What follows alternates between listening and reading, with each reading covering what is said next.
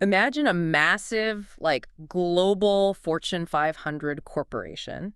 They spend months recruiting the absolute top 1% of global talent. Right. The best of the best. Exactly. We are talking about highly vetted, incredibly driven, just brilliant people, and they relocate them across the country, set them up in their new offices, start the onboarding process, and then 50% of those elite recruits just quit. Wow. Yeah, they just walk out the door. Now, if that happened in the corporate world, there would be a massive institutional investigation. Oh, heads would roll. You'd probably see congressional hearings. Right. I mean, the board of directors would just completely clean house. Hmm. You simply cannot bleed half of your top-tier talent and, well, pretend the system is working. But in academia, that catastrophic loss of human potential is, it's just accepted as the normal cost of doing business. So today, we are going deep into the hidden psychological battlefield of getting a Ph.D. And it really is a battlefield.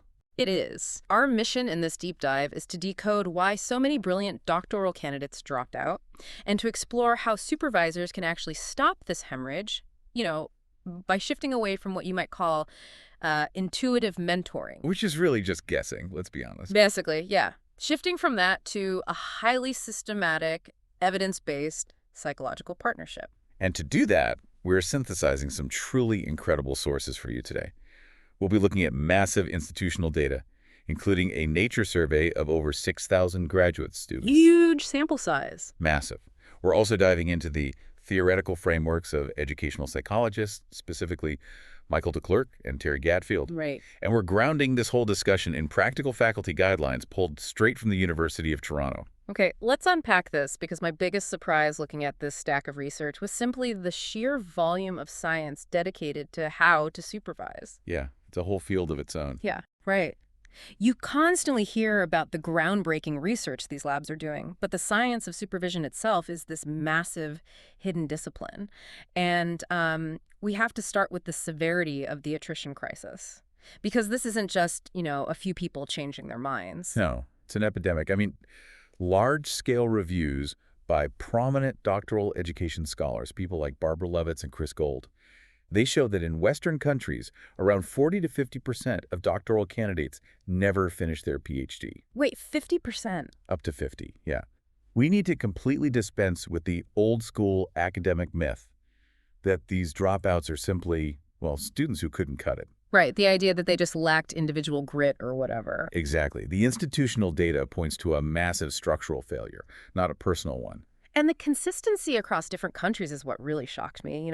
Like you look at longitudinal studies in Belgium, and they track dropout rates landing consistently between 47 and 49.9%. Yes, incredibly consistent. Yeah, and then you look at the U.S., and the median time to get a Ph.D. is a grueling 5.8 years, with a 10-year completion rate hovering between just 40 and 60%, depending on the specific field. So basically, half the people who start this decade-long journey will walk away with nothing to show for it. Nothing. It's like a leaky pipeline. I mean, if a corporation lost 50% of its vetted talent during onboarding, they'd panic.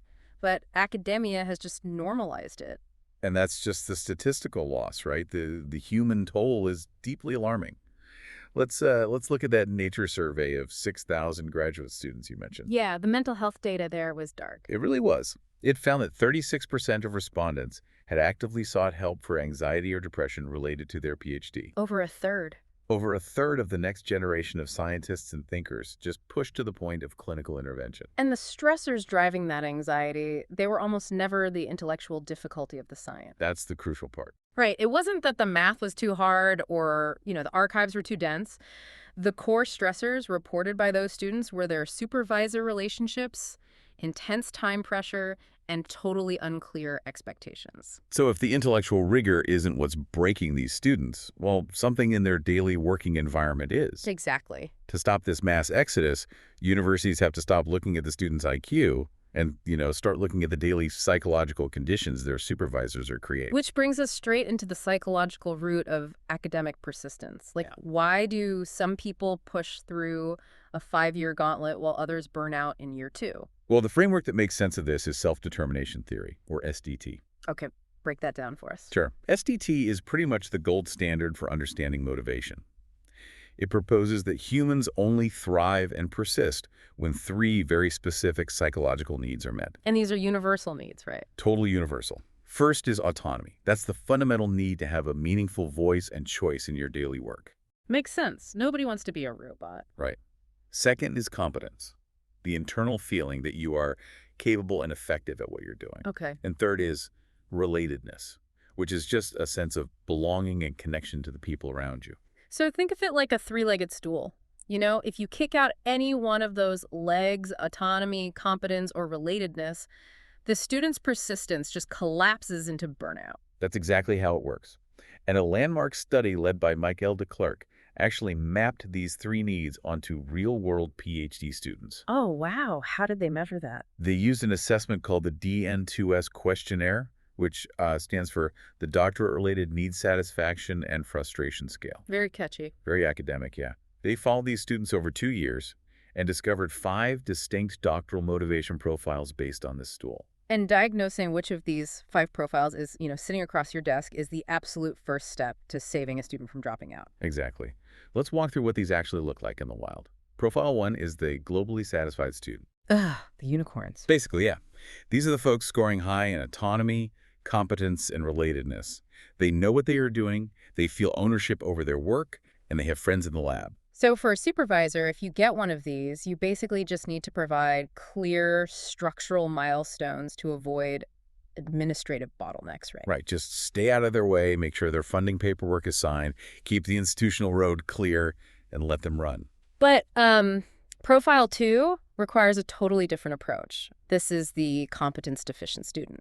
And this one is tricky because on paper, they look fine.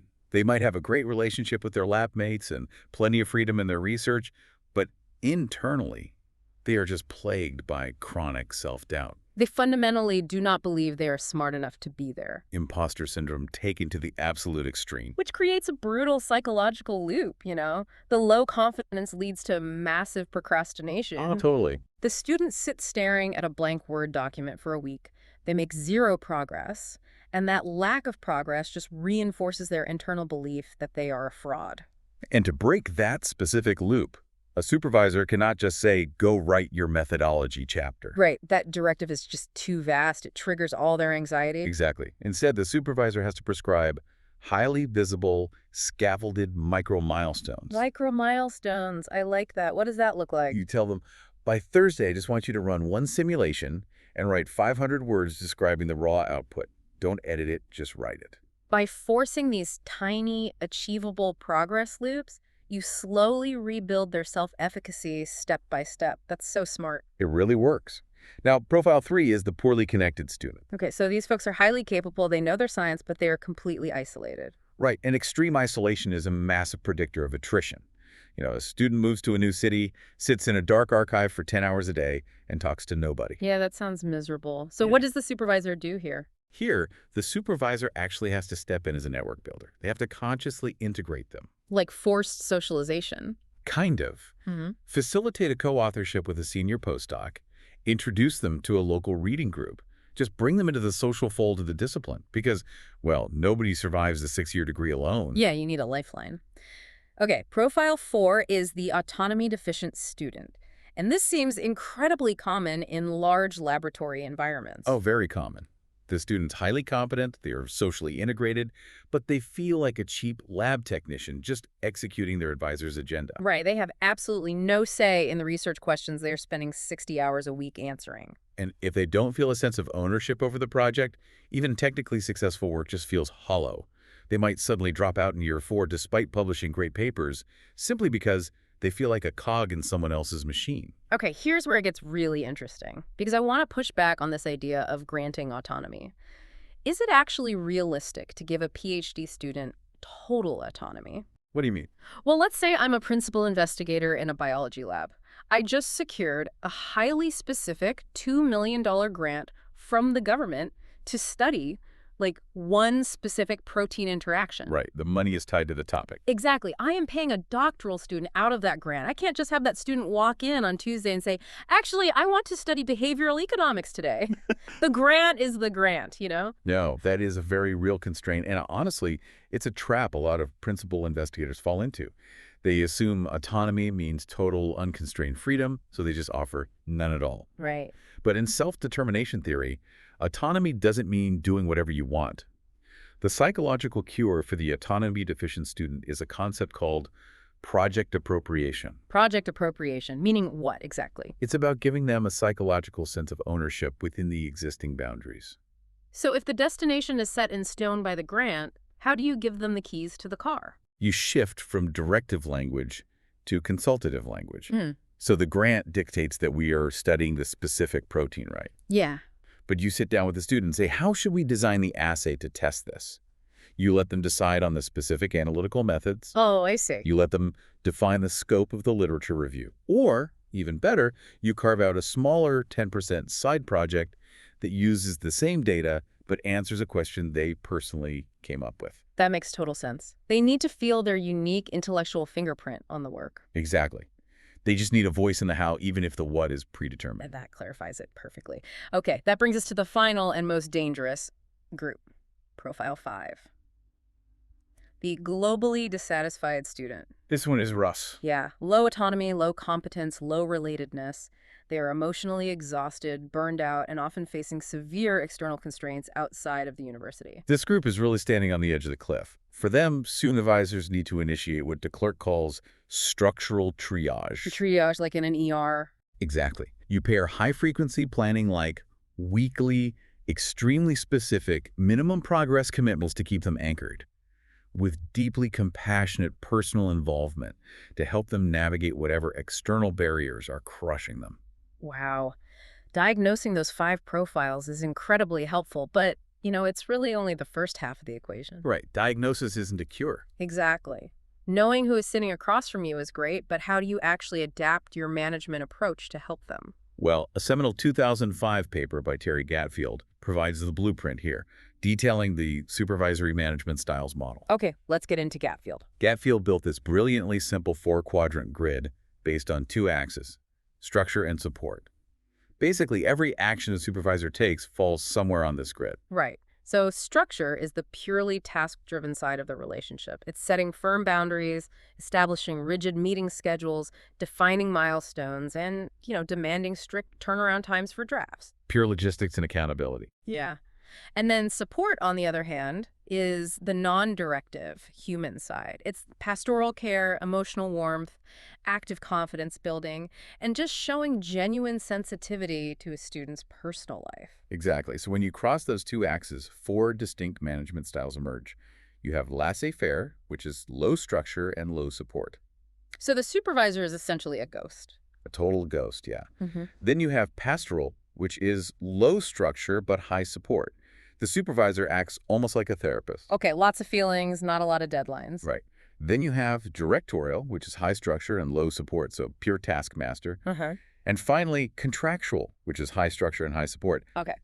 But the crucial takeaway from Gatfield's work is that none of these styles are inherently bad. Right. It's entirely about matching the style to the specific student's profile at that specific moment, isn't it? Precisely. Because if you have a competence-deficient student who is terrified and drowning in procrastination, and you give them a laissez-faire supervisor who just says, hey, come find me when you have a draft. That student will feel totally abandoned and drop out. Exactly. But if you have an independent, globally satisfied student, and you give them a directorial supervisor demanding daily word count updates. They will feel micromanaged and rebel. Yeah. So the relationship has to be highly dynamic. Gatfield introduced a transition model demonstrating how a supervisor's style must actively evolve over the multi-year journey of the Ph.D. Right. You don't pick one style and stick with it for 5 years. That would be a disaster. This reminds me of coaching an elite athlete. Think about a professional sports team. Okay, I'm with you. The coaching staff does not treat a rookie the same way they treat a 10-year veteran with 3 championship rings. Let's follow that analogy. How does the coaching change? Well, when the rookie first arrives at training camp, they don't know the playbook, they don't know the implicit rules of the locker room, and they probably have major imposter syndrome. Like a first-year PhD student. Exactly. They need incredibly high structure. The coach tells them exactly where to stand, exactly how to run the drills, and sets firm boundaries. That's your directorial or contractual style. Right.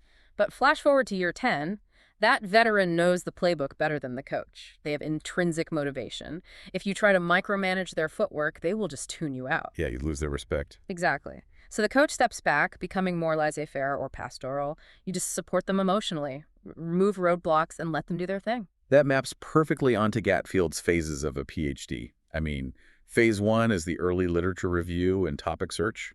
Supervisors often lean pastoral or laissez-faire here to allow for wide-open intellectual exploration. Let them wander a bit. Yeah.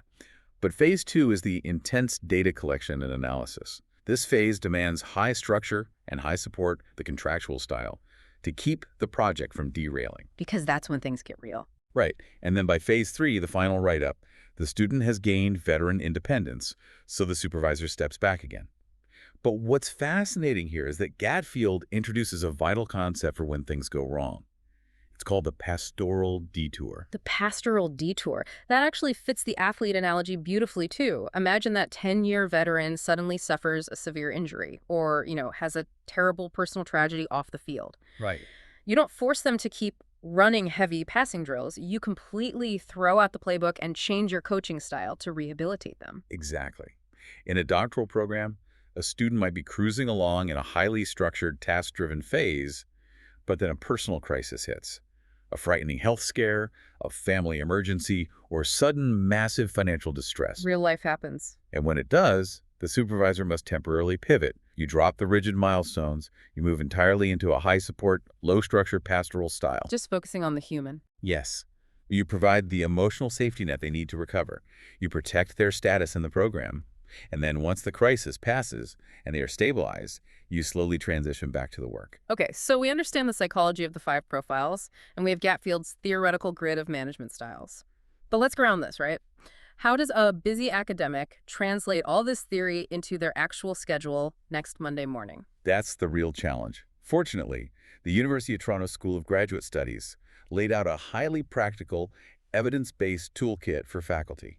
They identified that effective supervisors across all disciplines share baseline traits, right? Like they are accessible, approachable, encouraging, open, flexible, and professional. Yes, but beyond just being a good person, there are concrete mechanical steps a supervisor must take.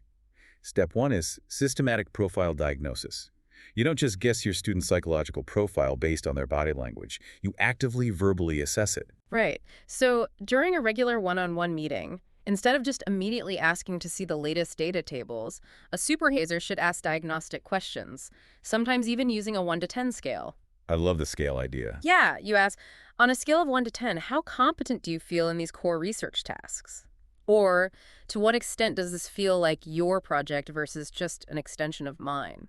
And the answers to those questions immediately tell you if you are dealing with a competence-deficient or autonomy-deficient student. It's so simple but effective. It is. Once you have the diagnosis, step two is co-creating structural supports. This means building a shared project roadmap with explicit, written milestone criteria. It means scheduling protected meeting times that don't constantly get canceled. Which happens all the time in academia. All the time. And critically, it means agreeing on clear feedback timelines. For example, setting a strict 2-week turnaround rule for the supervisor to read and return manuscript drafts. Those specific structural supports are incredibly powerful because they remove the ambient anxiety of the unknown.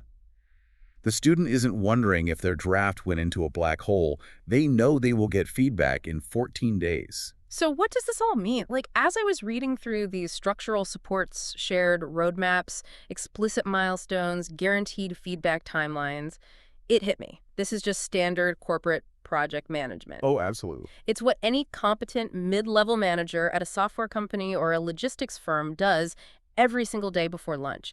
Why has academia historically resisted these incredibly basic professional practices? Well, if we connect this to the bigger picture, academia has long operated on an ancient apprenticeship model. Like a master and an apprentice. Exactly. It relies heavily on a kind of mystical intuition. The historical assumption was always that great researchers naturally make great mentors. Which is definitely not true.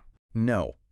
Being a brilliant chemist or a world-class historian does not automatically make you a brilliant manager of human beings.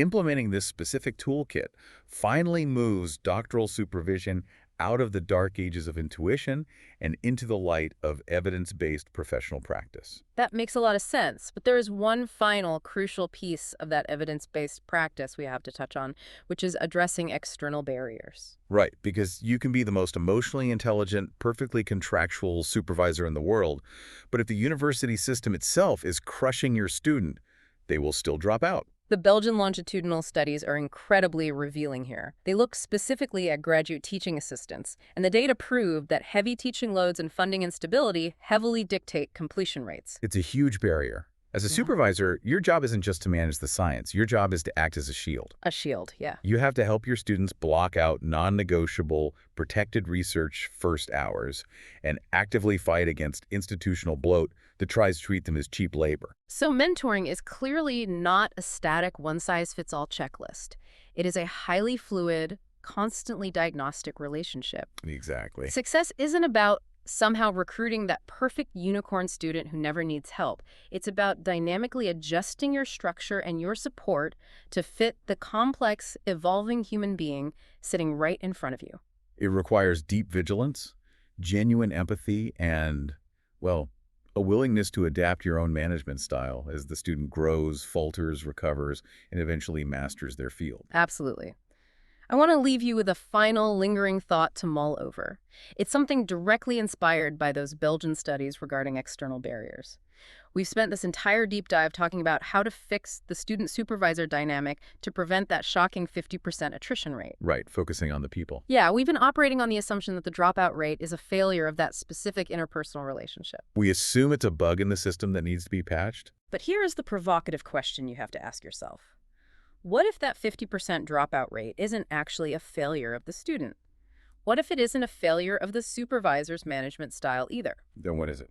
What if a 50% attrition rate is an unavoidable symptom of an institutional business model that relies so heavily on doctoral candidates for cheap teaching labor that it actively sabotages the very degrees those students are trying to complete? This is chilling. Are modern universities designed to produce peer graduates? Or are they financially designed to consume temporary labor? If the latter is true, then that hidden psychological battlefield we talked about at the beginning isn't just a metaphor, it's an institutional design. And the students and supervisors are just the ones caught in the crossfire, doing the best they can. Really makes you think. Keep that in mind the next time you see that romanticized image of the lone genius in the lab. Thanks for joining us on this deep dive.